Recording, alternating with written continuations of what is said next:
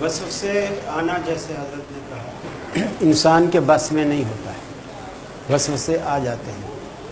اور ہم اگر اس کو نکالنے کی نماز میں کوشش کریں گے تو وہ ہم اور وسوسوں میں الجھتے چلے جائیں گے۔ البتہ رسول اقدس صلی اللہ علیہ وسلم نے اس سے متعلق یہ فرمایا کہ بائیں کندھے کی طرف نماز کی حالت میں بائیں کندھے کی طرف تھو تھو 3 دفعہ کرے اور اعوذ باللہ من الشیطان الرجیم اعوذ باللہ من الشیطان الرجیم، سنن نسائی کی روایت ہے۔ لیکن تھوکے نہیں سے تھوکے نہیں، ہاں وہی تھتکارے، جسے تھتکارنا کہتے ہیں، یہ برا خواب دیکھنے پر تھتکارے، تھوکے نہیں۔ یہ اللہ کے نبی نے اس کا حل بتایا، اور خود اللہ کے رسول ایک مرتبہ فجر کی نماز پڑھا رہے تھے، نماز پڑھاتے ہی جیسے سلام پھیرا آپ فوراً تیزی سے اپنے گھر اٹھ کے چلے گئے، اور وہ جو تسبیحات آپ بیٹھ کر پڑھتے یا صحابہ کرام سے کبھی آپ گفتگو فرماتے وہ نہیں فرمائے۔ صحابہ اپنی جگہ بیٹھے رہے کہ جو تیزی سے آپ گئے ہیں، اور یہ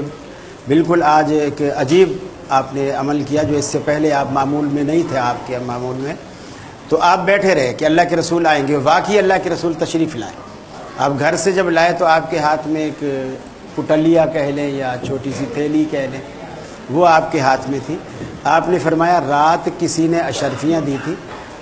میں نے اسے رکھ چھوڑا کہ بھی صبح ساتھی آئیں گے ان میں ضرورت مندوں میں تقسیم کروں گا،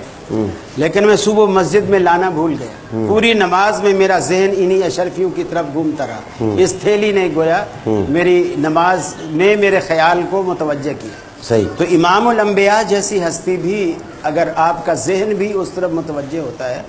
تو آپ نے اس نماز کو نہیں لوٹایا، اسی کو آپ نے برقرار رکھا، اور اسی طرح امت کو بھی اس کا ایک حل بتایا کہ اس طرح اگر ایسا ہو جائے تو ایسا کر لو۔ تو وسوسے آ جائیں تو اس میں کوئی حرج والی بات نہیں ہے، ٹھیک، بس ہم اس میں لگے نہ رہیں۔ جی